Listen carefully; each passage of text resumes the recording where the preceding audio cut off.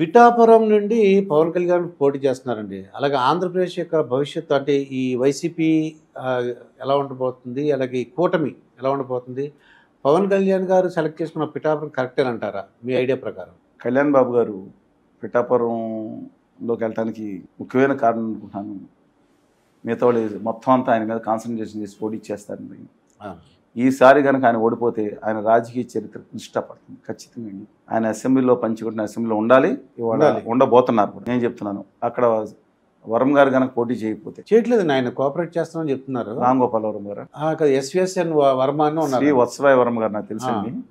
కాదు, రామ్ గోపాల్ వరం గారు కూడా పోటీ చేస్తున్నారు ఆయన అనుకున్నారు. మీరు అనుకున్నా వత్సవాయ వరం గారు, రామ్ గోపాల్ వర్మ లాస్ట్ టైం ఓడిపోయి ఉండొచ్చు, కానీ వారు ఇంతకుముందు ఇండిపెండెంట్గా 47,300 ఓట్లు తేడాతో నెగ్గిన మనిషి. ఆయన కనుక వంగా గీత గారు మరియు కళ్యాణ్ బాబు గారు ఇద్దరి మధ్యన కనుక ఆయన పోటీ చేస్తే నెగ్గే అవకాశం లేదు. ఆయన పోటీ చేయలేదు. మీరు నేనేం పోటీ చేయమంటే మీరు కంగారు పడద్దు. మీరు కళ్యాణ్ బాబు గారితో పక్కన ఉండు, కానీ పోటీ చేస్తే డెఫినెట్గా ఆయన నెగ్గే అవకాశం ఉండేది. లేదా కళ్యాణ్ గారు ఓడిపోయే అవకాశం అన్నా ఉండేదేమో. ఇవాళ చంద్రబాబు నాయుడు గారు పిలిచి ఆయనతో మాట్లాడి గెలిచిన తర్వాత మొదటి సీటు మీకే ఇస్తాము, మేమది సీట్ అని హామీ ఇచ్చారు. అందువలన ఇవాళ ఎట్టి పరిస్థితుల్లోనూ సామాజిక వర్గ నేపథ్యాలు కూడా ఉన్నాయండి. ఇవాళ మేము పాలకొల్లో చిరంజీవి గారు ఓడిపోవడానికి కారణం ఏంటో మీకు తెలుసు. మా ఊరే, నేను ఎలక్షన్స్ అప్పుడు అక్కడే ఉన్నాను. సామాజికంగా 30,000 పైన ఉన్నారు, కానీ మిగతా వాళ్ళందరూ ఏకమవటం, అనేక కుట్రలు జరగటం, అన్యాయం జరగటం ఆయనకి ఆయన తెలీదు. కల్మషం లేని మనిషి, ఆ రోజుల్లో అయినా కల్మషం లేని మనిషి. వాళ్ళ బావమరిది గారి మీద వదిలిపెడతాం, ఆయన మిగతా వాళ్ళ మీద పంపించడం, ఇవన్నీ ఇబ్బంది జరిగింది. కానీ 80,000 నుంచి 90,000 మంది కళ్యాణ్ గారు వర్గం ఉంటుందని వాళ్ళ మిత్రులు అంటే వాళ్ళ పార్టీ వారు చెప్తా ఉన్నారు. అది ముందు అయి ఉంటుంది తీసుకున్నాను నేను, కానీ మిగతా వర్గాల నుంచి కూడా వారికి మద్దతు ఇచ్చేవారు ఉంటారు. నాకు తెలిసిన ప్రకారం అంటే విద్యార్థికురాలు వంగా గీత గారు చాలా చిన్న వ్యక్తి కాదండి. వారు ఎప్పుడో కాబట్టిలో 10 సంవత్సరాలు పనిచేసి తర్వాత రాజ్యసభ సభ్యులు 2006 తర్వాత ప్రజారాజ్యంలో చేరి మన ప్రజారాజ్యం ఎమ్మెల్యే కింద దిగారు. ఆవిడ ప్రజారాజ్యం రావడానికి ముందే ఆవిడ 15 సంవత్సరాల రాజకీయ చరిత్ర ఉంది. జడ్పీ చైర్పర్సన్ చేశారు. ముందే జడ్పీ చైర్పర్సన్, తూర్పుగోదావరి జిల్లా జడ్పీ చైర్పర్సన్ కింద చేశారు.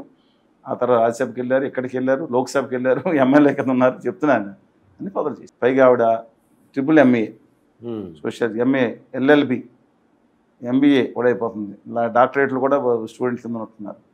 అత్యధిక విద్యాధికారాలు.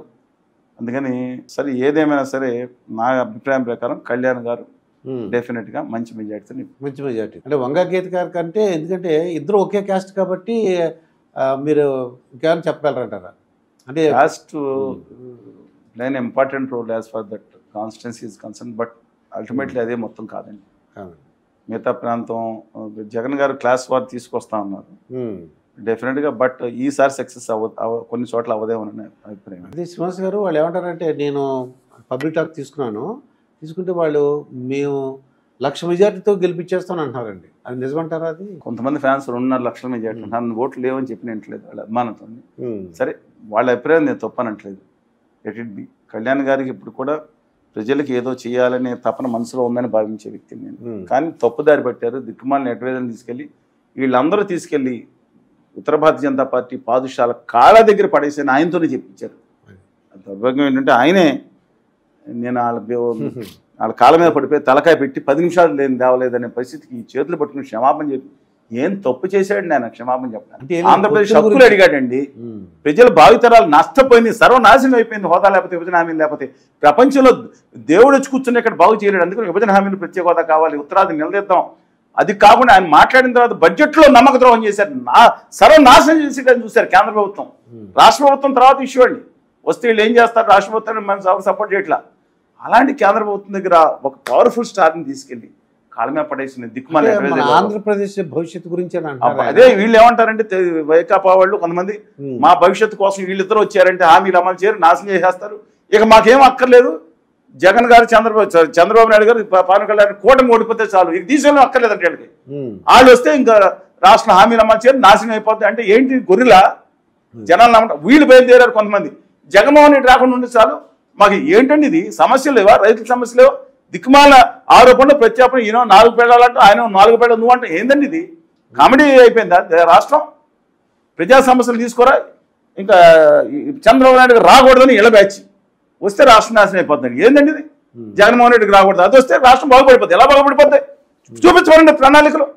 ఆలిపోయినా ఈళ్ళిపోయినా ఈళ్ళు ప్రణాళిక చూపించమండి. ఎలా తీసుకొస్తారు నిధులు? ఒకళ్ళని 15 వెనిజులా శ్రీలంక అయిపోయింది అంటారు ఒకళ్ళు, దానికి 10 రెట్లు ఎక్కువ ఇస్తా ఉంటారు ఒకళ్ళు. ఇంత తిట్టిన షాప్స్ ఎక్కడ తీసుకొస్తారు?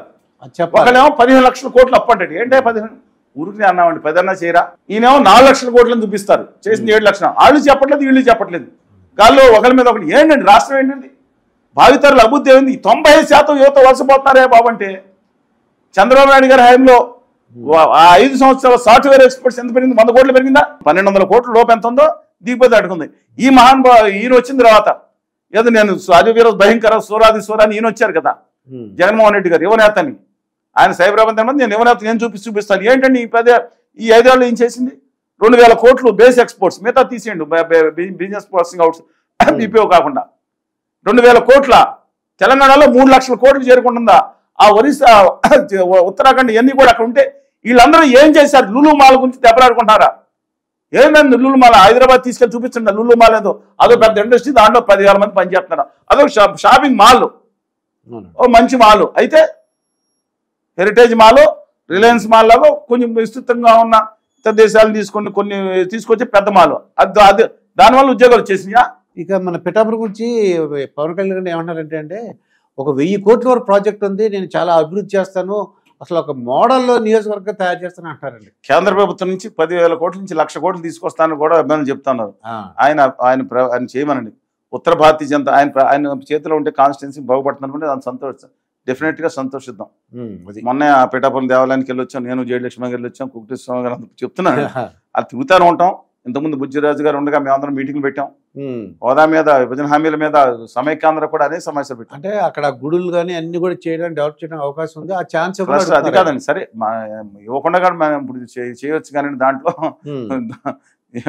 అది ఇబ్బంది ఉందండి. ఇంతకుముందు ఇప్పుడు చిరంజీవి గారు కేంద్ర టూరిజం శాఖ మంత్రిగా ఉన్నారు ఆంధ్రప్రదేశ్. అలాగే చంద్రబాబు నాయుడు గారు ముఖ్యమంత్రి ఉండి కేంద్రంలో ఎంతో మంది మంత్రులు పెట్టి చక్రం తిప్పారు. అది చేయని వాళ్ళు ఇవాళ మనకి డెవలప్ అవుతుంది. But anyway let us take positive note from him. But నా అభిప్రాయం ప్రకారం అవుట్ గా ఆయన గెలుస్తారు. ఆయన గెలుపు ప్రభావం పక్క కాన్స్టిట్యూన్సీ మీద కూడా ఉంటుందని నా అభిప్రాయం. బట్ మిగతా సిచ్యువేషన్, ఆంధ్రప్రదేశ్ సిచ్యువేషన్ వేరేగా ఉంది. ఇదండి చలసాని శ్రీనివాస్ గారితో జరిగిన ఇంటర్వ్యూ. మరొక ఇంటర్వ్యూతో మీ ముందుంటాను. మీ మాస్టర్ దుర్గా ప్రసాద్. పిఠాపురం నుండి పవన్ కళ్యాణ్ పోటీ చేస్తున్నారండి. అలాగే ఆంధ్రప్రదేశ్ యొక్క భవిష్యత్తు అంటే ఈ వైసీపీ ఎలా ఉండబోతుంది, అలాగే ఈ కూటమి ఎలా ఉండబోతుంది, పవన్ కళ్యాణ్ గారు సెలెక్ట్ చేసుకున్న పిఠాపురం కరెక్టే అంటారా మీ ఐడియా ప్రకారం? కళ్యాణ్ బాబు గారు పిఠాపురంలోకి వెళ్ళడానికి ముఖ్యమైన కారణం అనుకుంటున్నాను, మిగతా వాళ్ళు మొత్తం అంతా ఆయన మీద కాన్సన్ట్రేషన్ చేసి పోటీ చేస్తారండి. ఈసారి కనుక ఆయన ఓడిపోతే ఆయన రాజకీయ చరిత్ర ఇష్టపడుతుంది ఖచ్చితంగా. ఆయన అసెంబ్లీలో పంచుకుంటున్న అసెంబ్లీలో ఉండాలి, ఉండబోతున్నారు కూడా. నేను చెప్తున్నాను, అక్కడ వరం గారు కనుక పోటీ చేయకపోతే చేయట్లేదు, ఆయన కోఆపరేట్ చేస్తామని చెప్తున్నారు. రామ్ గోపాల్ వరం గారు, ఎస్విఎస్ఎన్ వర్మ శ్రీ వత్సవాయ వరం గారు నాకు తెలుసండి. కాదు, రామ్ గోపాల్ వరం గారు కూడా పోటీ చేస్తున్నారు. ఆయన అనుకున్నారు, మీరు అనుకున్నా వత్సవాయ వరం గారు